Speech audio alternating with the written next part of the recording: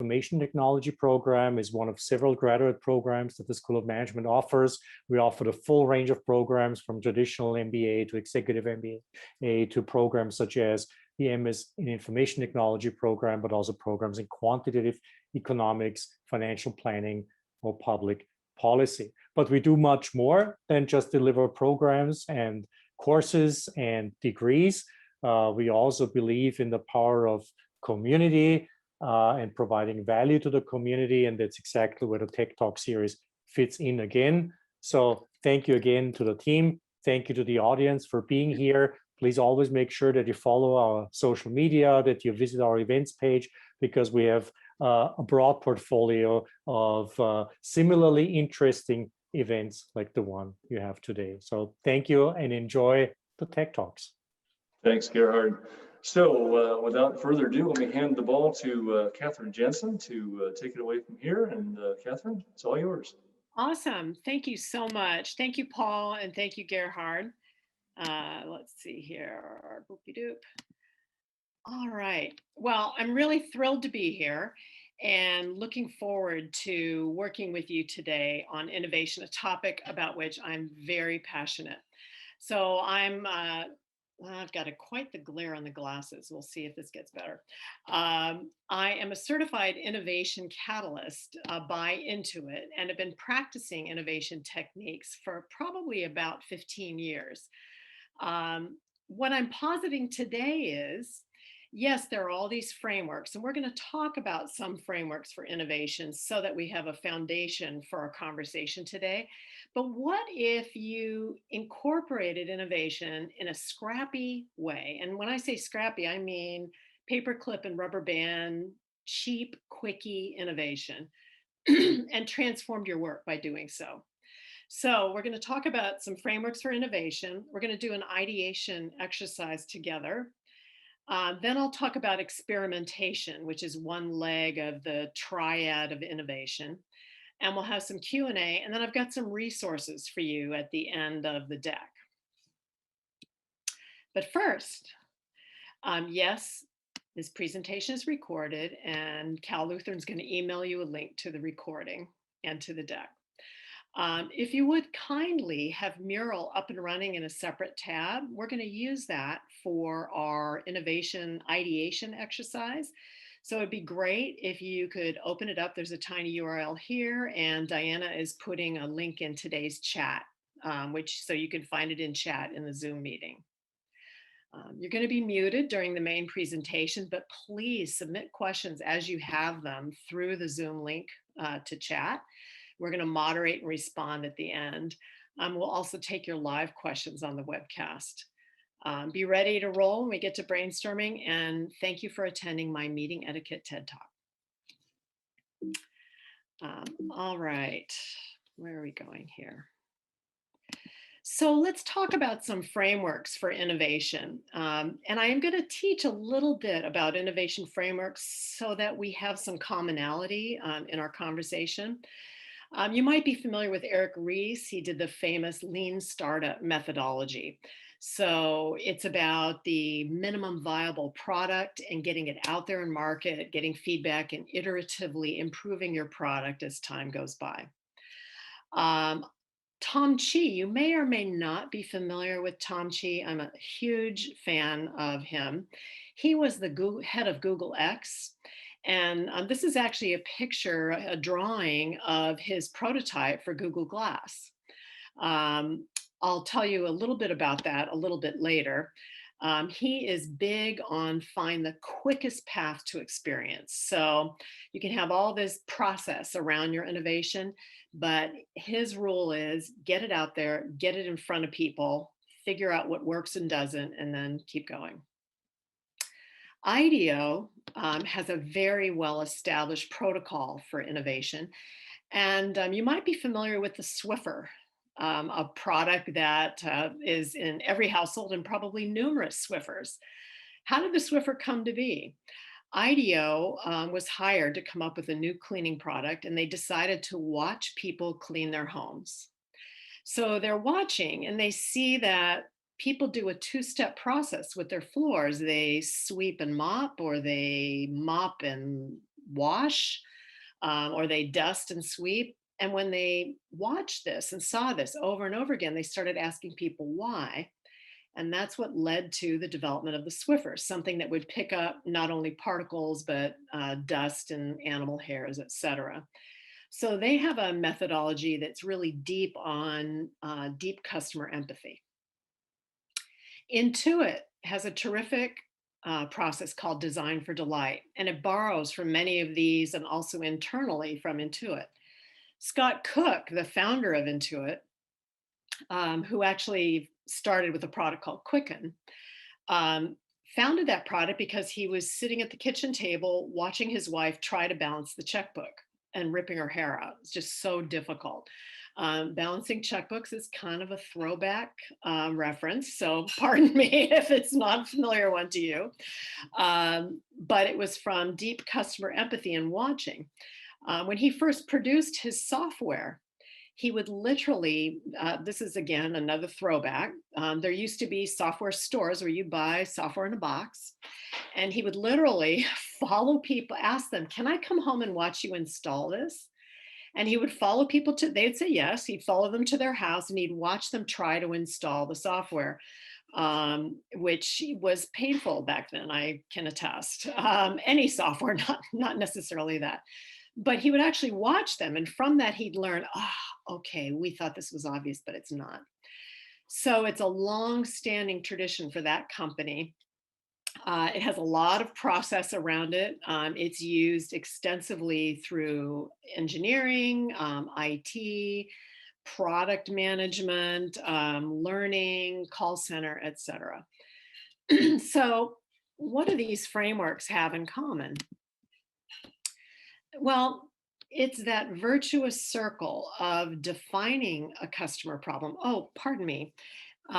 In addition to these frameworks, Cal Lutheran has a minor in entrepreneurship that covers a ton of innovation techniques and processes. And there's a link to the information at the end of this deck. So all of them have in common that you have to define a customer problem. Ideally, you define that by watching customers, not you just kind of come up in your head. You brainstorm a solve. From all these disparate ideas, you prioritize your brainstorm. What are we going to test first? You do scrappy prototypes and test them with real customers, and then you learn and repeat. Eric Ries would say, you pivot or persevere. And I'll talk about this in a little bit. So let's talk about defining the customer problem. There are a lot of ways to define customer problems. I would posit that the follow me home or follow me to the office is the deepest and most productive methodology. So let me ask you a hypothetical question. If I go to 100 people on the street and say, do you think budgeting is a good idea for your household expenses? What do you think? About 90% would say yes. In reality, less than 5% actually keep any kind of budget, anything, on a yellow pad, on Excel, anything. Because there's a difference in what we as humans say we will do versus what we actually do. So surveys are another example. And I don't mean to denigrate surveys. They have a terrific role in understanding customers and gathering feedback. But if you're looking for a problem, the best way to do it is watch someone work. So at Intuit, it's very common for us to literally solicit people and say, we'll give you a $10, Amazon card or Visa card or Starbucks card. And we just want to watch you pay your taxes or file your taxes. Or we just want to watch you, we did this at Digital Insight, just want to watch you pay your bills. So one of the follow me homes at Digital Insight, you go to watch people pay their bills and you notice that people have sticky notes on their laptop. And when you watch them, you're not leading them, you're not asking provocative questions, you're just saying, tell me more, think out loud. What's the role of these sticky notes? Why do you have a legal pad? Almost everyone had some auxiliary methodology in addition to the online version of managing this bill payment process, which suggests that the process that was devised for online doesn't really meet the needs of people. That's why they have all these supplemental processes. Follow Me Homes, I gave you the IDEO example, are an amazing way to quickly learn what is a painful problem because they incorporate the emotion of the customer. So if you say to somebody, okay, we'd like you to go to the bank website and we'd like you to find out how to get a student loan. And you watch them and they're furrowing their brow and they're turning their head and they don't know what to do. It's your opportunity to say, tell me what you're thinking. Think out loud for me. So we want to, in innovation, solve problems that are not only the head of the customer, but the heart, so that we're talking to both parts of the customer. Of course, interviews are important with customers. A customer problem statement, I'm going to talk about that in a minute. A journey line is critical.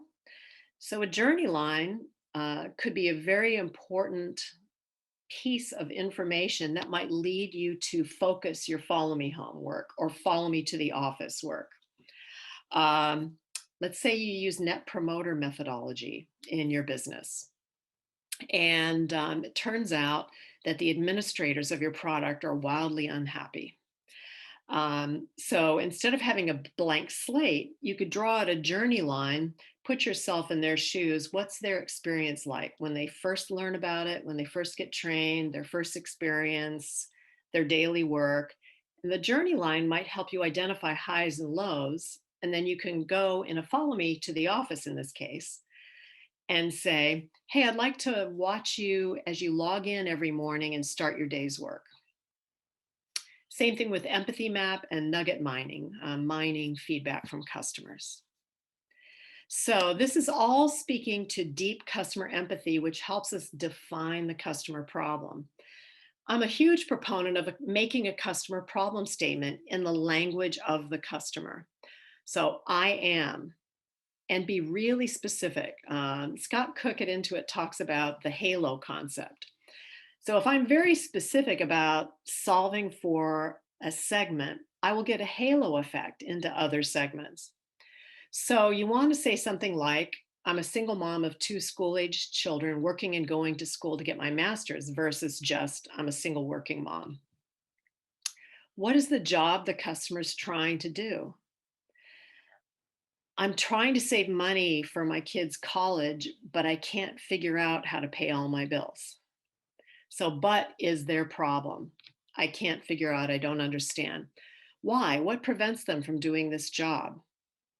I don't have visibility into my periodic bills like quarterly taxes, which makes me feel like incompetent. So you want a really specific customer problem statement because that's going to be the jumping off point for ideation.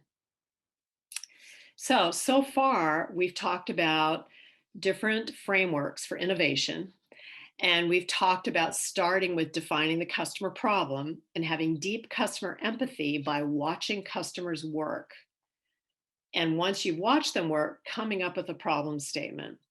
I will tell you that with the follow me homes, the deep customer empathy part, literally about 5 to 7 follow me homes, it becomes clear there are themes that bubble up that are common across everyone. And it's very powerful. It seems like, gosh, I have to recruit customers. I have to get budget approval to give them $10 Starbucks cards, et cetera. But truthfully, about 2 days worth of field work, and you will have your 3 to 5 most important pain points of the customer. So once we've got the customer problem, now we need to brainstorm, how can we solve this problem, right? In the case of IDEO, people are doing this 2-step process to clean their floors. What can we do? Well, we create some kind of fuzzy, wet, moppy thing. We create a broom that transforms to a mop. You brainstorm all the ideas and then you prioritize those ideas. So we're going to talk about brainstorming. Before we go to the mural. one of the things about brainstorming is you want to ensure that you have a methodology that captures the dynamics of the group. So the group may be 5 to 6 people max per brainstorm. If you have more than that, you just break up into smaller groups. And one of the methods I favor is one where you have Post-it notes on the table with Sharpies and people silently write down their ideas. And, as fast as possible, as many ideas as they can generate. You might do 2 or 3 cycles of this. And the reason is, in brainstorming, if I were to say to you, okay, we've got a 15-foot ceiling and a light bulb needs to be changed, you can't use a ladder. We would all pretty much come up with, I've got a trampoline, I'm going to take a broomstick and put sticky tape on it, the obvious things.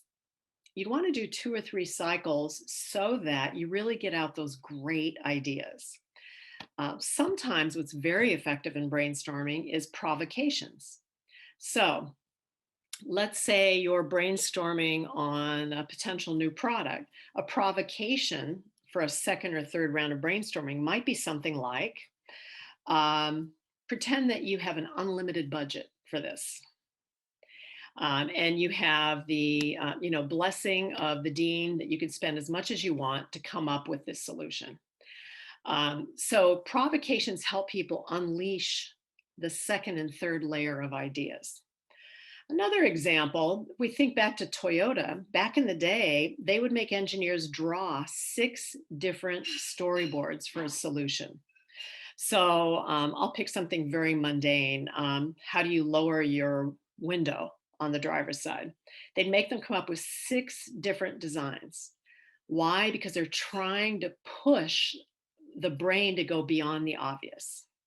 Okay, so we're going to just do a little taste of this right now. And if you would go to your mural, and I'm going to talk about the brainstorming, and then I'm going to share mural with all of you so we can all see what's going on. So here's our case. Of course, this was written pre the most recent CDC, but I guess it still applies. You're in charge of a triathlon. Okay, a triathlon is a sporting event where the participants swim, run, and ride a bike for a set distance. You might have heard of Ironman, which was originally held in Kona, Hawaii, where you ride a bicycle 100 miles, you run a marathon, and I think you swim 2 miles. All right, so here's our brainstorming case. You're in charge of a big sporting event like this for charity, and you want the participants to observe safe practices to prevent transmission of COVID or any virus for that matter. What should you do? So some of our brainstorming ideas, rapidly jot down ideas, and your ideas should be very broad. Think anti-gravity boots instead of, I would design a system where people would, right? You're just going to jot down broad stroke ideas and anything goes, and no judging.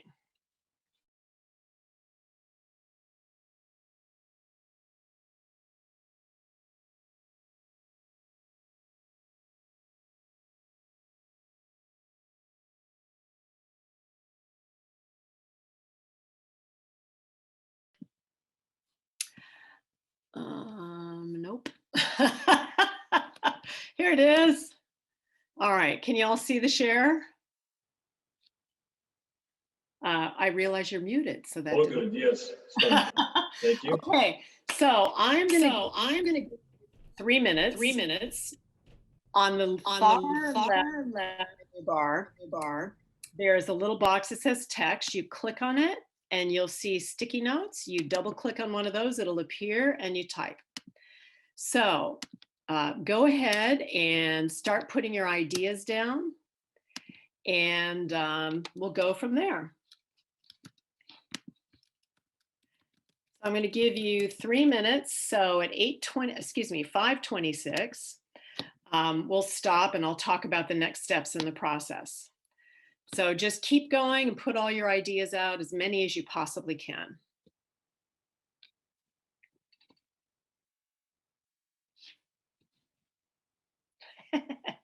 You guys have a great sense of humor.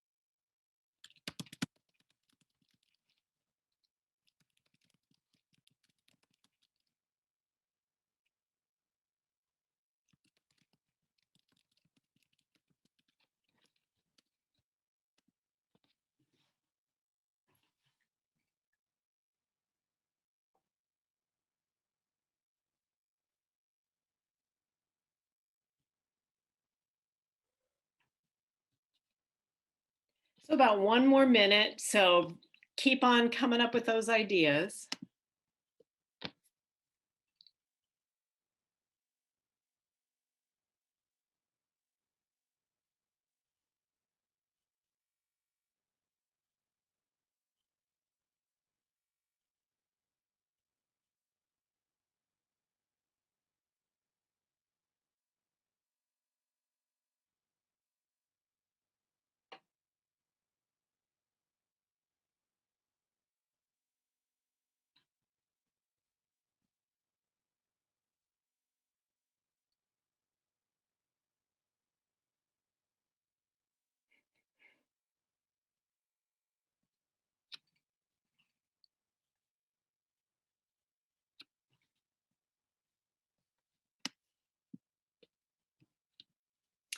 Okay, we're going to take a pause. That's great. You guys are awesome. I love some of these ideas. I was like, oh, I would love to do an event that had that just for the squirt bottle to spray people. Um, what would you do next? So we were doing a brainstorm on a specific customer problem. Then we would pause, and typically I would offer a provocation. Okay, guys, this is great. Now I want you to pretend that the event's held at night, and we'd brainstorm again. And then we'd pause and then brainstorm a third time. The brainstorms are short, 2-3 minutes, maybe. Why? Why do we want to do that? Because that's about what you can take coming up with ideas before you turn to your buddy next to you or you start chatting or check your phone or whatever. So it's a great process. The very next thing we would do is Affinitize. So we would want to collect like ideas. So we've got, for example, a couple of bubble wrap ideas here. Oops, excuse me. And we'd want to group our like ideas. And then we'd want to move to prioritizing and think about testing.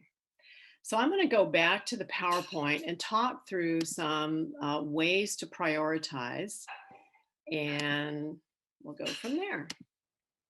Thank you for your participation. That was awesome. Okay, so one of the ways you could prioritize is, and let me back up a little bit. Why am I so keen on using Post-it notes and working silently? Because if we're all sitting at a table and there are 5 or 6 of us, we've got group dynamics at play. Maybe my boss is sitting there and I don't want to look dumb. And if we're all sharing out ideas out loud, maybe that's at play. Maybe one person at the table is an introvert and it's hard for them to break into everybody else talking, especially if you have some big talkers like me at the table.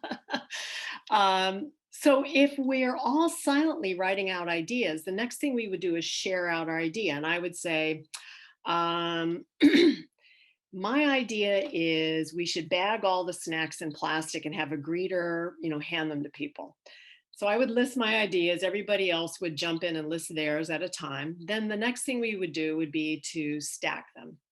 So it's a great process for getting participation from everyone. Maybe that introverted person who doesn't want to break in has the brilliant idea that will catapult your company and solve, world peace and hunger. Okay, so we've brainstormed a bunch of times, we've shared out our ideas, we've affinitized, so we've categorized things in like categories. Now we want to vote. Again, I'm a big proponent of the team voting. So let's think about a development team. These are people who are going to end up having to work on whatever it is that we're going to do. Why would you not want people to be in on the ground floor of coming up with the ideas and how are we going to test this and how are we going to prioritize? So a great idea is to do a 100-point exercise. Every one of us has 100 points. And you can spend your points in any way you like on any idea. And often you put the ideas up on a whiteboard, you give everybody a Sharpie, go up and write your points on the Post-it notes. So we're going to gather points for all these ideas from everyone. And we're going to eventually say, okay, seems like where we are is idea A and idea F. Those are the 2 ideas that we want to test. And that's what we're going to move towards prototyping. So 100-point exercise is a great one. Another method is to use what's called a 2x2. So typically my horizontal axis would be time to implement. So slower to faster. So as I go towards the right side of the board, it's faster or easier to implement. My vertical axis typically is what most solves the customer problem or has the biggest impact on the customer problem. So you might have other criteria. I just said most solves or has biggest impact. You might choose one of those depending on a resource situation that you have in your company or a budget situation. What's the one thing we can do that have the biggest effect on customer satisfaction is different than what are the things we can do to make a solution that's leading in the industry. Those are different kinds of things, right? So you've got your two criteria, and you literally ask people to walk up and pick the Post-it notes off the whiteboard and stick them on the 2x2 where they believe they belong. If you're using Mural, like we did for brainstorming, it's very easy to just move Post-it notes around. And again, you have 5 to 6 people doing this. There's a little bit of chaos. Sometimes there's a little bit of debate. It's all good. It's good stuff. We want that debate. We want people to say, really, I don't think that's, what I heard as a customer problem is X. And it seems like this is more like X minus 1. This would be more like X plus. That's good conversation. So 2x2 narrowing, because it points you towards what is easily implemented and or speedily implemented and has the most effect. And again, you might have different axes depending on the problem you're trying to solve. Okay, what are we going to do next? We're going to experiment. And I highly encourage you to watch the Tom Chi videos and the other videos that are at the end of the deck. Why do we want to experiment? We want to do scrappy, no wireframe, no testing lab, paper prototypes, literally paper clips, etc. And what are we testing is what has to be true in order for your idea to succeed. So let's go back to IDEO and the Swiffer. What has to be true? Well, people have to want to buy it, right? So they have to want to use it. And you need to test something that's not currently observable in the market, because if it's observable in the market, you can get data on, does it work or not, and how many people use it, and the uptake and all that good stuff, okay? Then you devise a scrappy experiment to test with real people. One of the methodologies is often called rapid sketch prototyping, and it's a quick, cheap, and informative way to learn. So the other thing about rapid sketch prototyping is that people are more likely to give you feedback if you have hand-drawn mobile screens. So literally, what we would do is take a stack of paper and draw screens out and then put it in front of a customer and say, I want you to pretend this is a mobile app. And I want you to tap, where you think you need to go and think out loud for me. And I can tell you that we all are so smart, but usually the first prototype fails out about the third or fourth screen. Because customers don't think like we think. Okay, what's the other great thing about rapid sketch prototyping? It very quickly and cheaply lets you either pivot or persevere, as Eric Ries would say. Let me give you a great pivot example. I did a project with the largest bank in the country that has an amazing online account opening product for small business. Not an easy thing to do. It's a great product. We had a hypothesis. They saw that a lot of their customers would get, the bank account up and running, start doing business, and totally ignore things like accounting until tax time. And then there was a big scramble, and usually they were sub-optimized.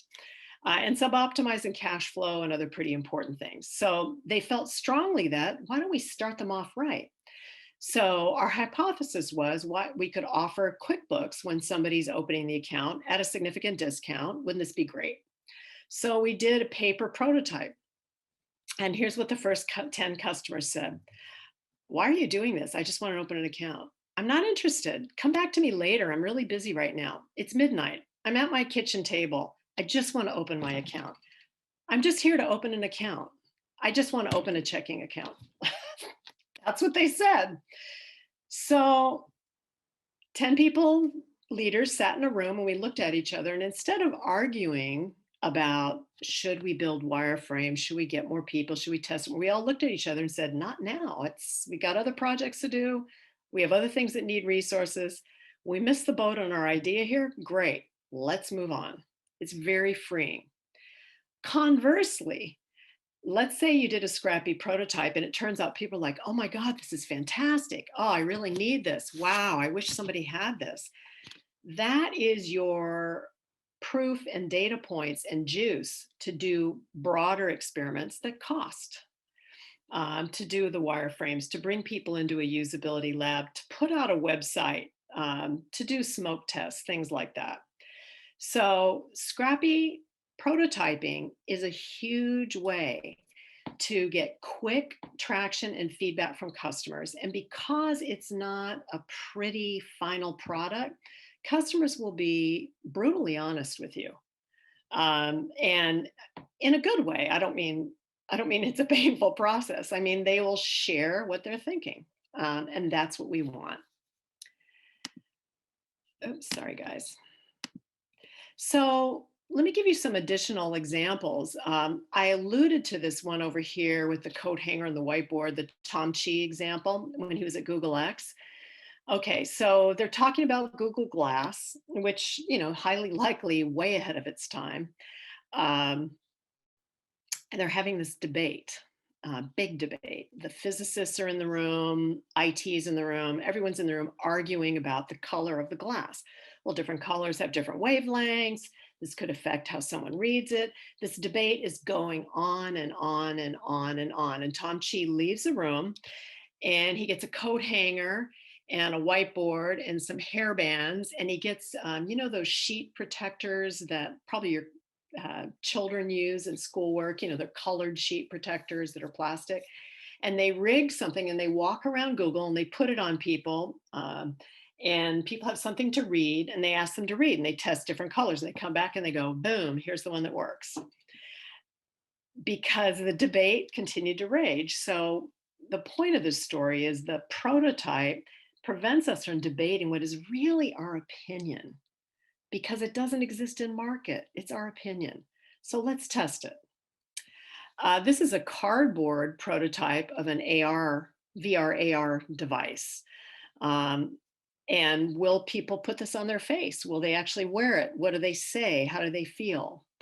I talked to you earlier about mobile prototypes where you're redrawing and resketching a lot. Here's a prototype Intuit did where they rolled out a video advisor. So you could do your taxes with somebody or you could have an accountant help you if you're in QuickBooks. So how did they prototype that? Well, here's the little call center person, here's the customer, and there's their little screen. Really scrappy. So when I'm encouraging you to use this in your work, I'm not saying get a team, spend 90 days, build out. Nope. Literally devise an experiment that you can quickly test the most critical thing that must be true for your idea to succeed. Tom Chi is quite eloquent about it, and he might be on the extreme side of test first, do multiple tests. If they're wrong, so what? But it's quite a compelling storyline. So why does it work? It really strips it down to the essentials. What has to be true for the customer to adopt this? That's what we care about, right? We don't want to build stuff that they don't use or that doesn't work. Customers are eager to give feedback. They will give you emotional feedback. And it quickly gives you those results where you can look at each other and say, well, yeah, nope, this has no legs, let's move on. Or you can say, let's keep checking. So we've talked about defining the customer problem, brainstorming a solve, taking that brainstorm and prioritizing it, doing scrappy prototypes and testing with real customers, and then learning and repeating. So from my scrappy prototype, I'm going to learn either, guess what? We have traction. Okay, what do we need to do now to do more robust testing? And you repeat that cycle until you've got it really tight and ready to build. What about real life? So sometimes I used to jokingly call this guerrilla innovation. Innovation isn't that I'm going to dream up this amazing idea that will, create anti-gravity boots so that I can skip the traffic and get right to my workplace. It's not always that. Sometimes it's just about improving how we do our work. So maybe there's a debate about how to do something. We should do X, we should do Y. Well, we are arguing about our opinions. Instead of that, test it with real customers. Test each idea with real customers in a scrappy way. Paper prototypes that you hand draw. You don't have to have an artist or a graphic artist draw them. In fact, I probably make the worst stick figures you've seen in your life, and I've done a lot of prototyping. It's rough, it's ragged, you test it with real customers. And the results of that experiment will either lead you to know that both of you are wrong, or both of you are right, or one is more right, and then go ahead and test that further. What about real life? 20% of our clients are net promoter score negative. That would be bad, by the way. So instead of another survey like, why are you negative, or an interview, ask the clients to watch them at work. So this is a B2B example. Ask them if you can go watch them at work. Let's go back to our administrator example that I gave earlier today. So you're in a B2B business, and you should, as a good practice in Net Promoter, get Net Promoter scores from the leadership, from the people that use the product and administer it, and from the people that see the results of the product. So here we are, and we find out, wow, the leadership loves us, and so do the people that use the product, but the people that administer it hate it. They're miserable. They're negative, big time. Don't do a survey. Ask to watch them work. So as in my earlier examples, say, I would like to come watch you work, and I'd like you to think out loud for me. And you don't lead them. You don't ask them leading questions. You just say, log in like you normally would in your day, and then just talk out loud to me.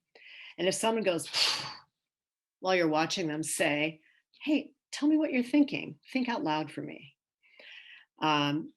You write this up, and you share the learnings back with your clients. So as I mentioned earlier, about 5 to 7 certain things will coalesce.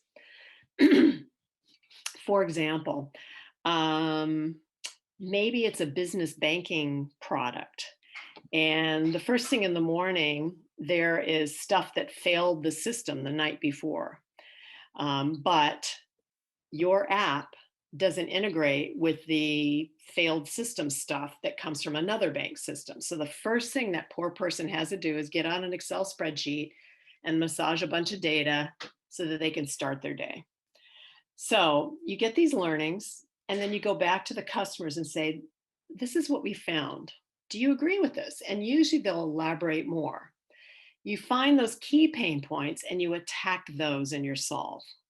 So instead of saying, oh, they're unhappy, we have to completely redesign everything, we have to completely rewrite all the code. No, find the really painful stuff, the stuff that's disproportionately emotionally painful to the customer, and fix that. And then pick off the next one, and then pick off the next one. You will see a huge difference in Net Promoter if that's important to you, as it should be. And it's again a scrappy way to work instead of the big massive redesign, which we can't afford and won't do. Our website conversion rate is low. Okay, you could go about this in different ways. You could get web designers to create multiple iterations and A/B tests, yada yada, or you could sketch. You could hand draw prototypes and ask real customers to look at those prototypes and use them as if it was a real website. So you would ask them to tap it as if they were, tapping a touch screen, for example. And then you would take those winning options and create a couple more robust prototypes and then go to your A/B test. So I have some more examples, just kind of sticking with the real life stuff here. We need ideas for an event. Create a brainstorming team that has outsiders on it. I guess I'm quoting Scott Cook a lot tonight. There are other people that I follow quite a bit. He used to call it the ignorance advantage. You get someone in on your team that is not affiliated with your team, because that person won't have the hangups that the rest of us do. Like, oh, we tried this 3 years ago, it didn't work. So-and-so didn't like it or whatever. That person has none of those preconceived notions. They'll come up with ideas that are fresh compared to, they don't have that baggage. So create a brainstorming team that has outsiders, prioritize your brainstorm, and then create an experiment. What's an experiment you could do? You could bring in customers and you could say, or students or alumni or whomever, and you could say, hey, we're working on an event right now, and I'd like you to, this is a registration site, and I'd like you to pick the topics, pick the curriculum that's most interesting to you. And they would tap, oh, this is it, and they'll talk while they're doing it. Oh, this is interesting. Oh, I've already seen that. I'm not interested in that. Oh, I haven't seen that before. And you capture all that data in your rough paper and pen, ugly, sketchy prototype. And then you go back and refine, and there you go. Our call center staff is very unhappy. Probably understatement of the year when you think about 2020, right? Where the solution at many websites was, call center is really busy, so you'll wait a long time to get to somebody, kind of guaranteed to get an angry person on the line by the time the poor call center person finally gets to the call. Watch them at work and note their pain points in the day. You're assuming their pain points. Is it that because of how breaks are staggered, too much time goes by before they can eat or drink or get away from the phone? Is it because they're working remotely and so they are doing call center work and doing work on the laptop and maybe managing a kid who's home doing remote learning? Watch them work and figure out those pain points, and then share your learning back to the team and move to brainstorming. Okay, what can we do to fix this? What are ideas to fix this? How do we get employees to use hand sanitizer? This is an interesting one. I did a project for a company that is a European standalone sanitizing kiosk. And they did all this research on people don't like to stick their hands into any kind of hole or crevice to get sanitizer out. They don't like to press a pump to get sanitizer out. If they stick their hand in and it's more than about a second, they take their hand out, then they stick it in again, then too much comes out. There are all these issues with the actual physical design. But we went and watched people in a mall. We were all wearing masks, a mall in New Jersey. And we placed a sanitizer stand in different locations. And here's what we found out. It has to be right in front of their face for them to use it. Where it got the most usage was coming off the down escalator, and the sanitizer stand was slightly to the right, maybe about 10 feet in front of the metal plate that's at the end of the escalator, because bam, it was right there. People would use it and keep going. Only about 15% of people though, folks, so just saying. So you would want to have some observation of what is in effect now for hand sanitizer and where it is placed. So you'd want to watch. So literally stand back with a pad of paper and mark how many people go by, how many use it, how many look at it and don't use it, and then tally and figure out your ideas. this observation is huge. When I was first trained as an innovation catalyst at Intuit, we had to do experiments. So our problem was trying to get people to exercise. And our team's hypothesis was, let's make it fun. We make it fun, then people kind of incorporate exercise into their day. So we went to a Trader Joe's in Mountain View and we said, we'd like to draw hopscotch with chalk right outside the exit. And then we're just going to watch people and see how many do the hopscotch, jump through the hopscotch. So we stood in the parking lot, with our paper waiting, neglected to think about the fact that it was at the exit. So people have grocery bags. So they're not going to hopscotch holding their grocery bags. Okay. We went back and we redrew it at the entrance and started marking. We had another event, same hypothesis, where we went the same day to Google and we laid out on the lawn outside one of the buildings, Frisbee, a football, a soccer ball, stuff like that. And we put up a sign saying, free games, come play with us. And then we stood back. Practically nobody touched it. Why? Because we watched the people and almost everybody was like this, walking and looking down. They didn't even see the football or the Frisbee. So these are simplistic examples, and that was part of training. But customer observation cannot be overestimated. It can't.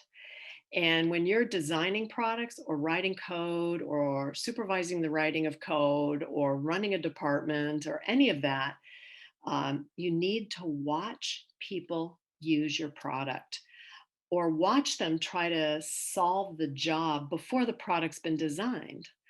And not always in a usability lab. One more Intuit story. The payroll department noticed that a lot of customers or potential customers were coming to the payroll website on the day that they had to do payroll. So this is how small business, there's an owner. That owner is pressed to the wall time-wise. They're probably creating a product, trying to do the books, trying to manage employees, everything. So now they've got employees, they got to pay them by law, and they come to the website on the day that you have to pay them. Payroll is not a process that lends itself to same day setup, not at all. So they had this, gee, we're seeing all this web traffic on the day, maybe we could devise a same day payroll product. So they created this wireframe, they brought people into the usability lab. 10% of the people that came into usability said they would use it. They're like, nah, we're not interested. Eric Rees, Lean Startup, happened to be speaking at Intuit, and the team presented this problem to him. And he said, well, you got to test it. So they put up a website. And in the website, people were coming, yes, I'd like to try payroll. And there was a box for, I need to pay people today.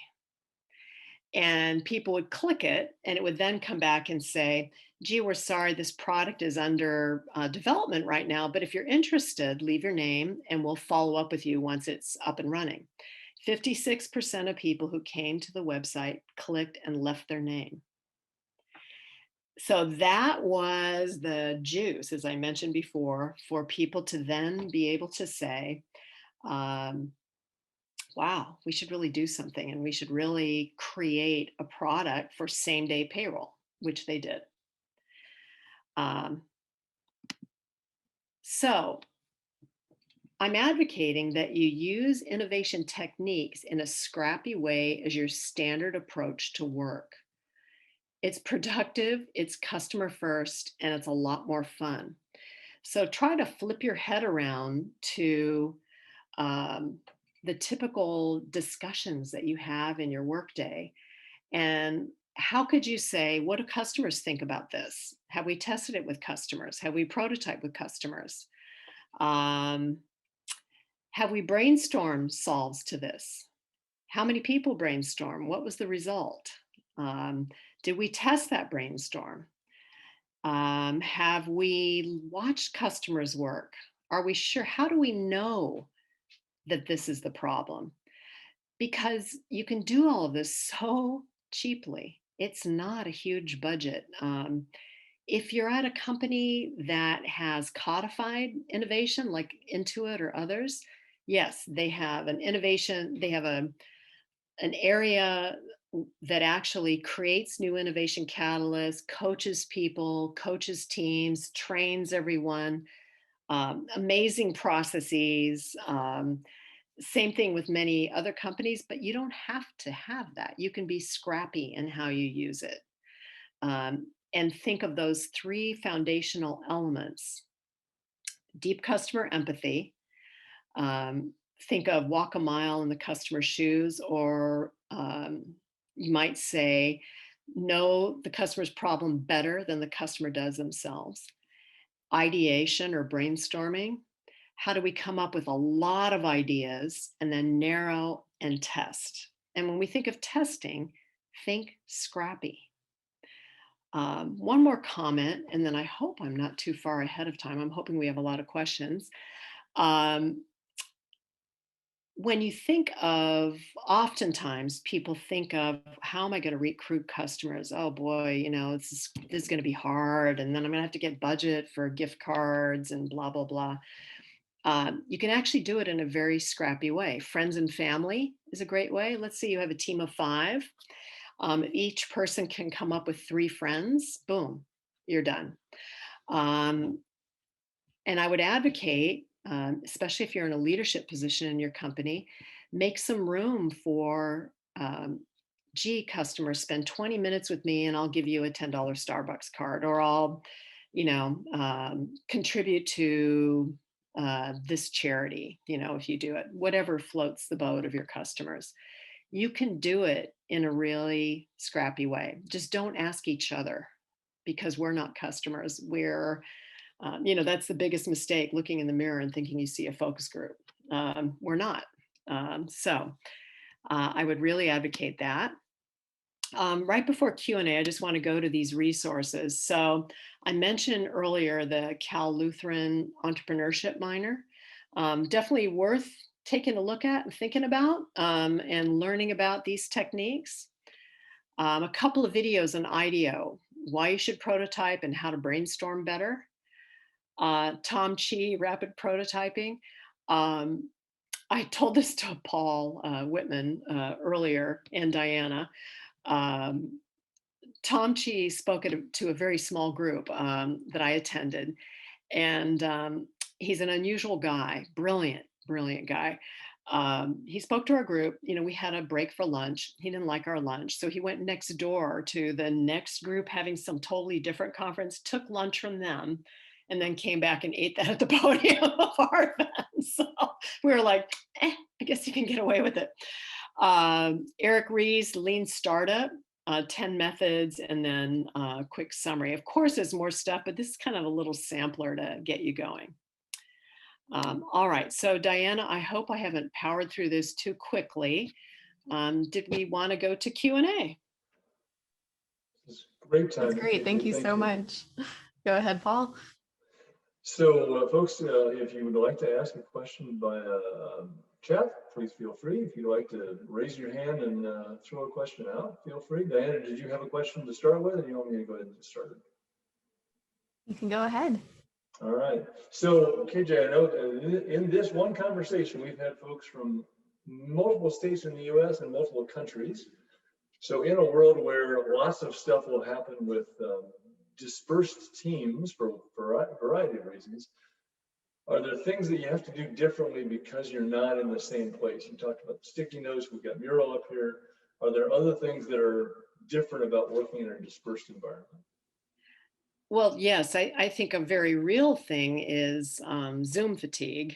We've all been doing this for over a year now, and you have to be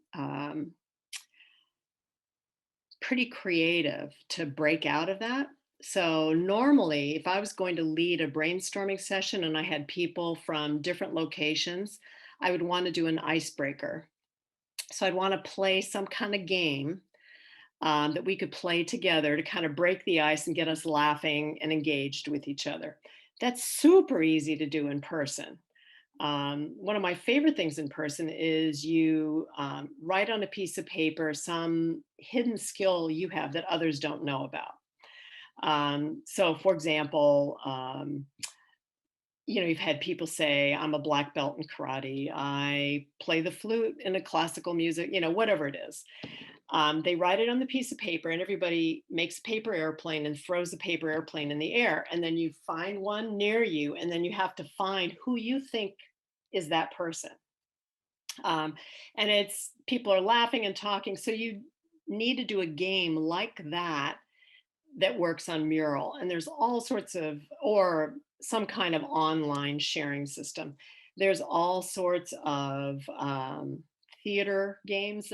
Sometimes they're called theater games. Sometimes they're called icebreakers that you can do. You could do the brainstorming that we were just doing, where you, maybe you list 2 truths and a lie, stuff like that.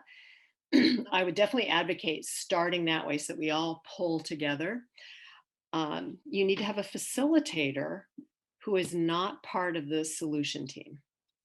So if you're going to facilitate, you cannot contribute ideas and prioritize and do that stuff. It's just not fair. It's not right. A facilitator is pretty important because then you can also set the expectations. I'm going to call on all of you. I'm going to expect everyone to participate. We will take plentiful breaks so that you can step away from the screen and do something else. And so I would really advocate the ice breaking, facilitation, and making sure you get active participation from everybody. Not an easy thing to do. Zoom fatigue is a real thing. So kind of a half-baked answer, sorry. Fine answer, thank you. Other questions?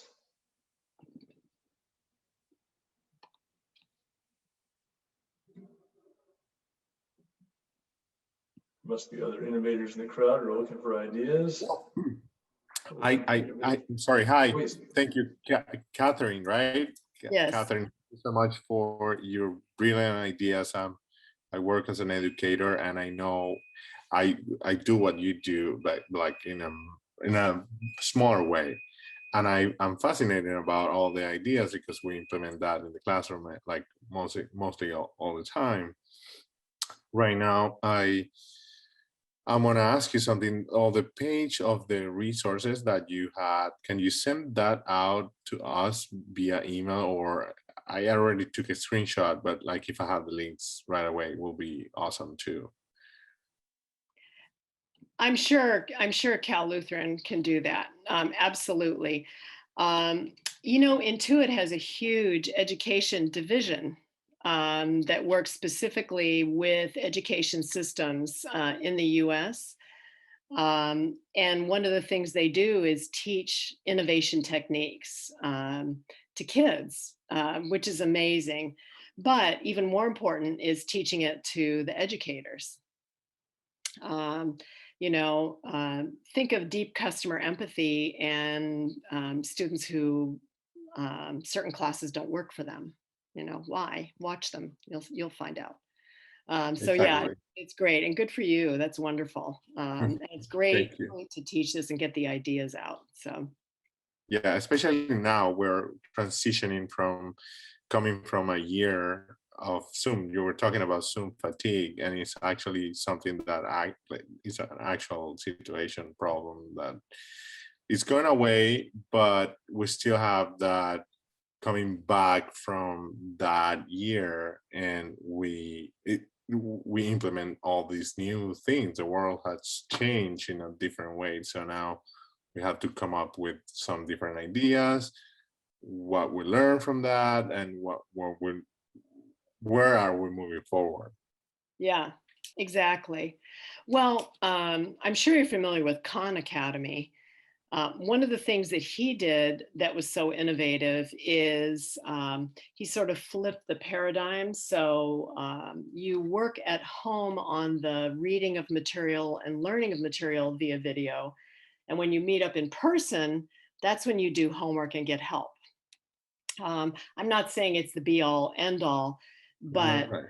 when you start talking about transitioning off of Zoom and back to the classroom, and then do you have a hybrid model or full in-person model, or how does it work? I'm sure it's tough for the kids too.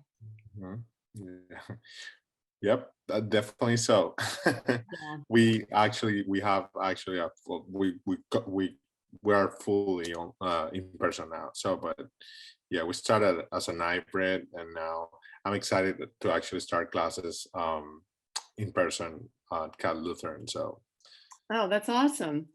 yeah. I have a son who is a senior, and at first loved the remote learning, and he is so anxious to get back into the classroom. He's just done, and I never thought he would say that, never. But Well, yeah. but anyway, thank you so much for your like talking today. Tech Oh, Talk. thank you. My pleasure. My pleasure. We had another question here from Dennis. How do you apply the Scrappy tech to strategic planning with a board of directors of a nonprofit? Oh, that's very interesting because I just got elected to the board of directors of a nonprofit, Mass Bike. Okay, so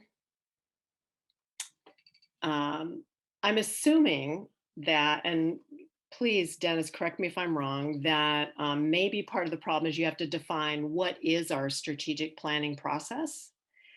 And so you might boil that down a little bit for a brainstorm. So you might say, we're going to do a brainstorm. What elements should our strategic planning process include? And maybe you give people a framework.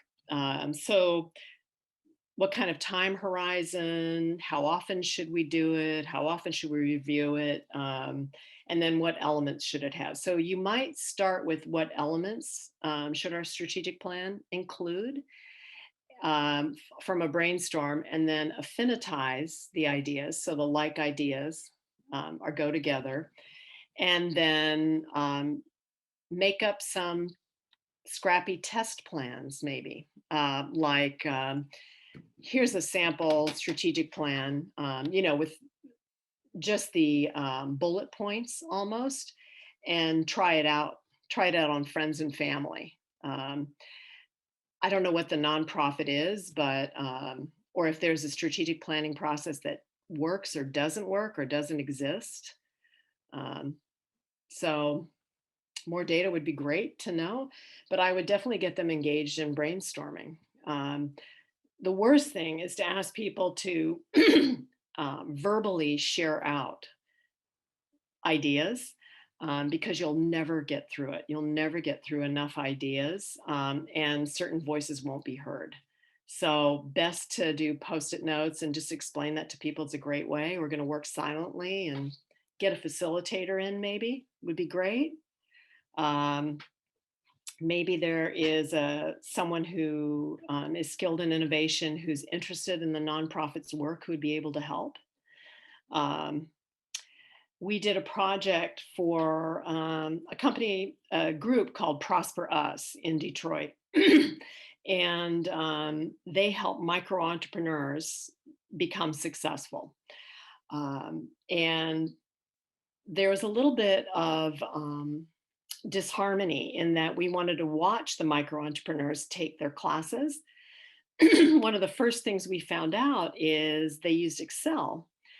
And because they're trying to teach basic bookkeeping, how do you manage your cash flow, all that really critical stuff.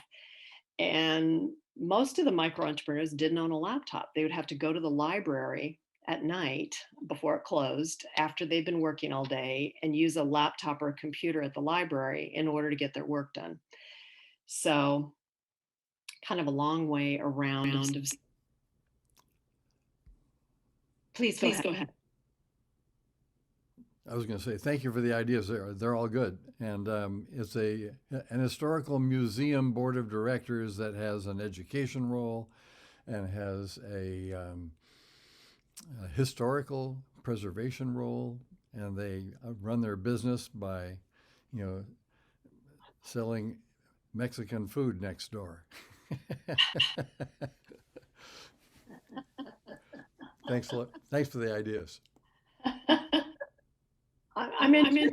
Of course, you had me at Mexican food because I'm here in Cape Cod, and while I love it, boy, I go to California and I just like gorge on Mexican food all day, every day. Come back 10 times a year. When you show up here, well, I'll take you to lunch at the restaurant. Awesome.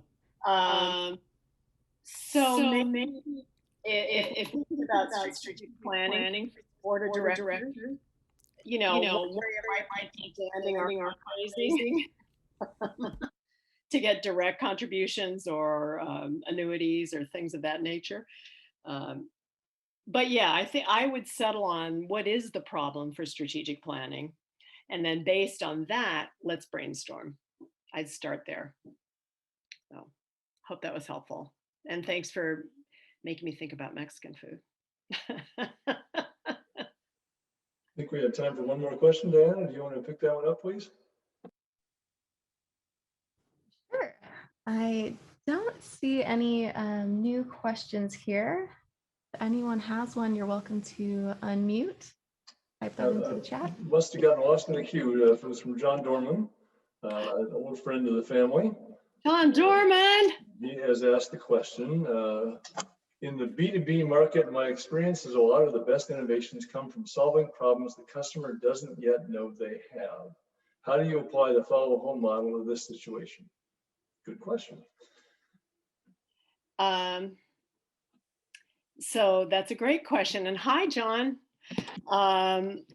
One of my favorite things that John Dorman ever said to me when I very first started bicycling in 2008, where I was determined to do Pan Mass Challenge, 192-mile bicycle ride, I asked John about bicycles.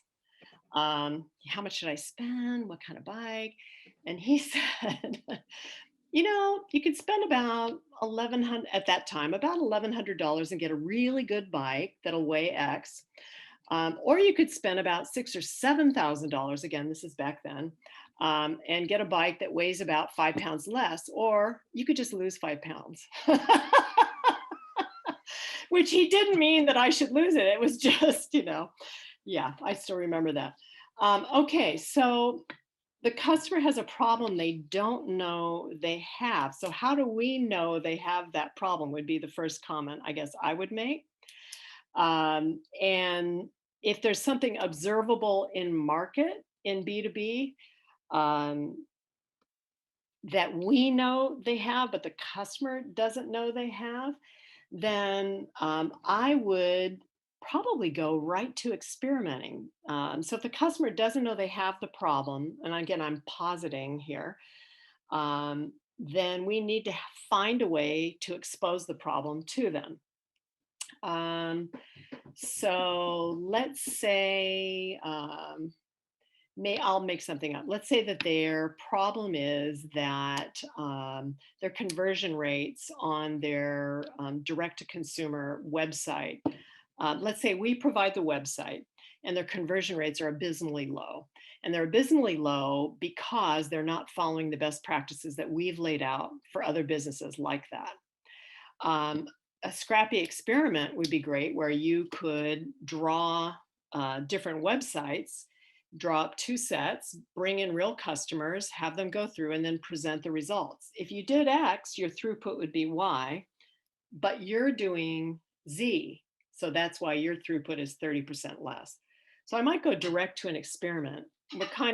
We're talking in vague generalities, but you need to find some way to expose to the customer so that they see, we didn't know about this problem.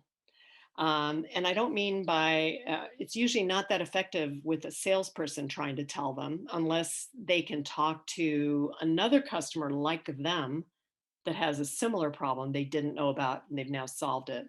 But I think going straight to an experiment would be a great way to do it because then they see it, they see the proof and their own customers tell them the proof.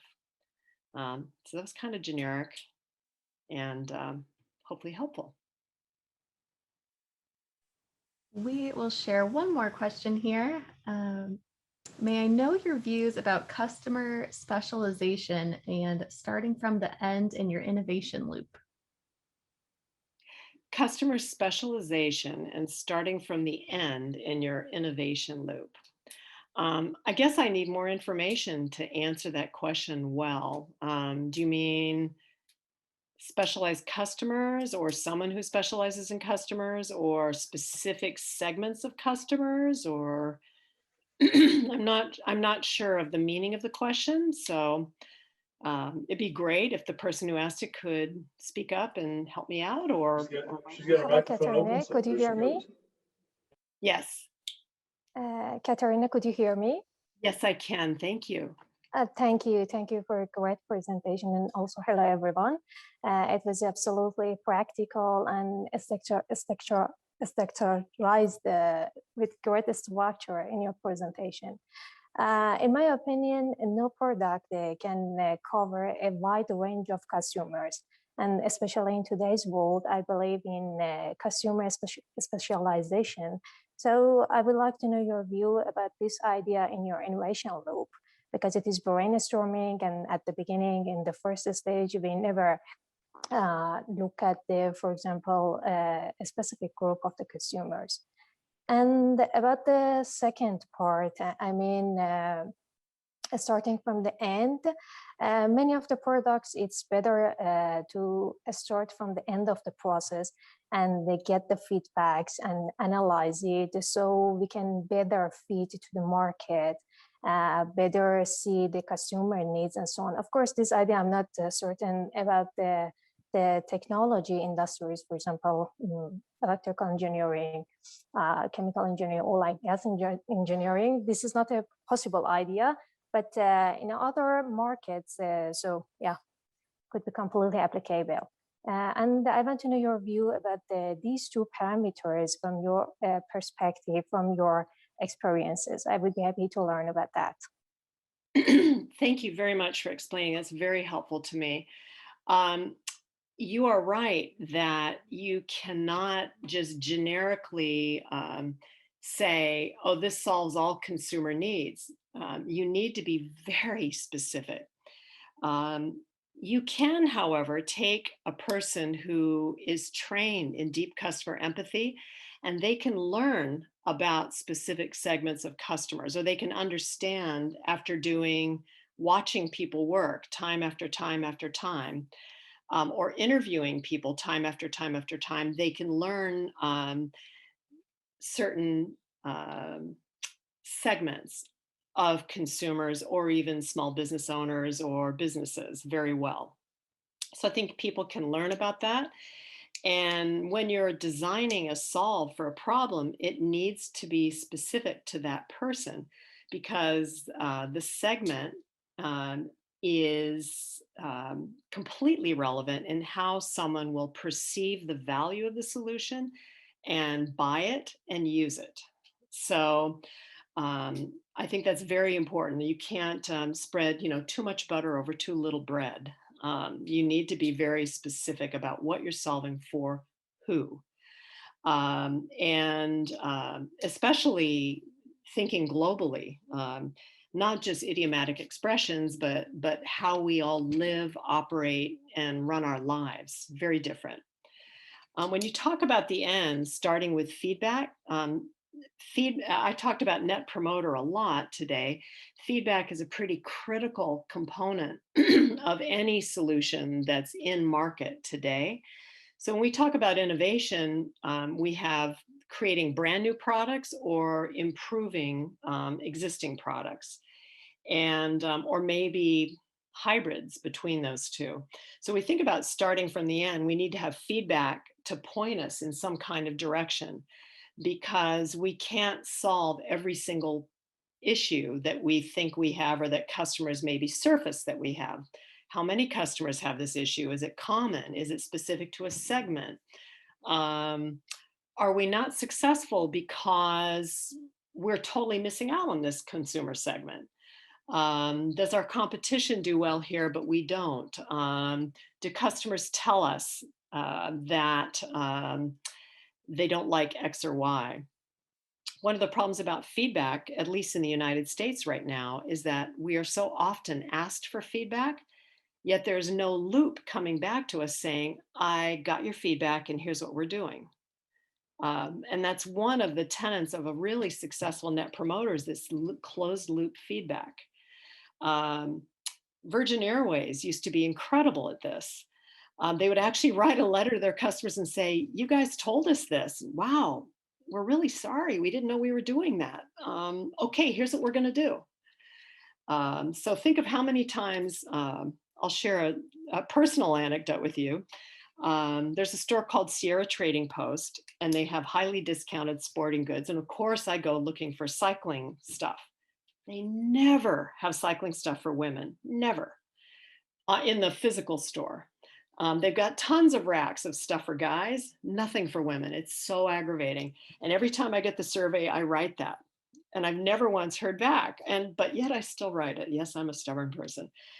So that's a long way around of saying, yes, you should look at feedback as a way to point you in the direction, but see if you can't find a way to observe that is more meaningful.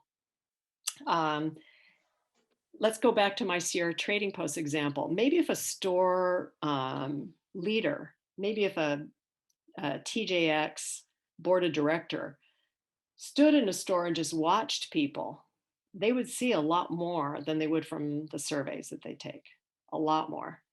You know, they'd see me browsing the racks and being like,